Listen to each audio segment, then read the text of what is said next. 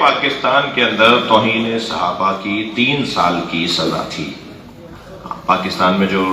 قانون پاس ہوا ہے کہ کوئی اگر نبی کی اور صحابہ کی اور اہل بیت کی توہین کرے تو جج اسے 3 سال جیل میں رکھ سکتا ہے۔ تو اب ایک بل پیش کیا گیا ہے، ٹوٹل 35 اراکین بیٹھے تھے، 350 ممبران اسمبلی، ساری کرسیاں خالی،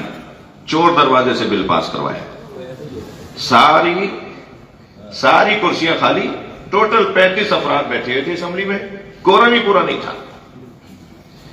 اور بل پیش کیا جاتا ہے اور وہ بل پاس بھی کر لیا جاتا ہے۔ وہ یہ کہ 3 سال سے ہٹ کر 10 سال کی سزا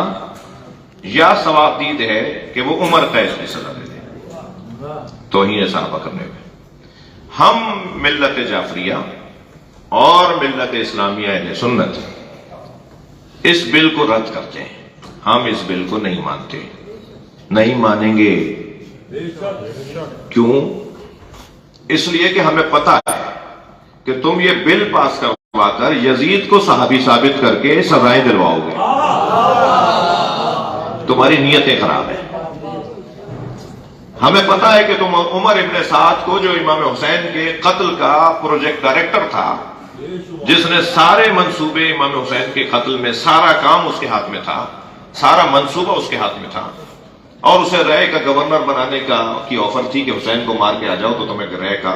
یعنی آج جو تہران ہے، تہران جو ہے نا وہ رے کہلاتا ہے، جو آج تہران ہے ایران میں،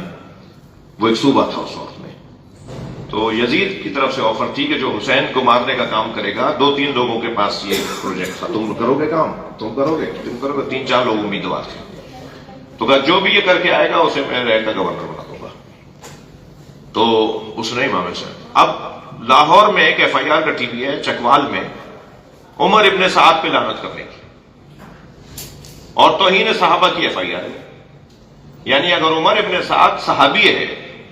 تو پھر تو سارے شیعوں کو جیل میں ہونا چاہیے، اور ساری شیعہ قوم کو لٹکا دو،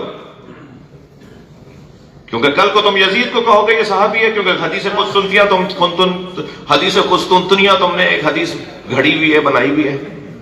جی، کہ جو بھی جو ہے وہ قسطنطنیہ کو فتح کرے گا جنت اس پر، وہ صحابی بنا دو گے تم تو کل یزید کو، جبکہ وہ روایت جھوٹی ہے، حدیث جھوٹی ہے، جعلی حدیث ہے۔ تمہارا کیا پتا، تم تو پہلے کارخانہ حدیث سازی رکھتے ہو، حدیث سازی کے کارخانے تمہارے پاس، تو تم کسی کو بھی صحابی بنا دو۔ تو اس بل کے پیچھے شیطنت ہے، اس بل کے پیچھے ارادوں کی ناپاکی ہے، اس کے ذریعے سے ملک میں فرقواریت پھیلے گی، تاریخ کوئی بیان نہیں کر پائے گا، حدیث کوئی نہیں سنا پائے گا جی، اپنے بچوں کو اپنا دین نہیں سمجھا سکے گا۔ یہ جو موبائلز ہیں، یہ جو ریکارڈ بنائے جاتے ہیں، ان کے ذریعے کوئی بھی وائرل ہو جائے گی، اس پہ FIR کر جائے گی، اور پھر توہین صحابہ یا وہ 10 سال جیل میں رہے گا یا وہ عمر قید اٹھائے گا، کیونکہ اس نے یزید کو برا کہہ دیا۔ اس لیے ملت جعفریہ بھی اور سنی ایک بڑی تعداد، الحمدللہ اہل سنت کے بیانات آنا شروع ہو گئے، الحمدللہ جی اہل سنت کے علماء نے بیانات دینا شروع کر دیے ہیں، یعنی اس بل کی مذمت میں۔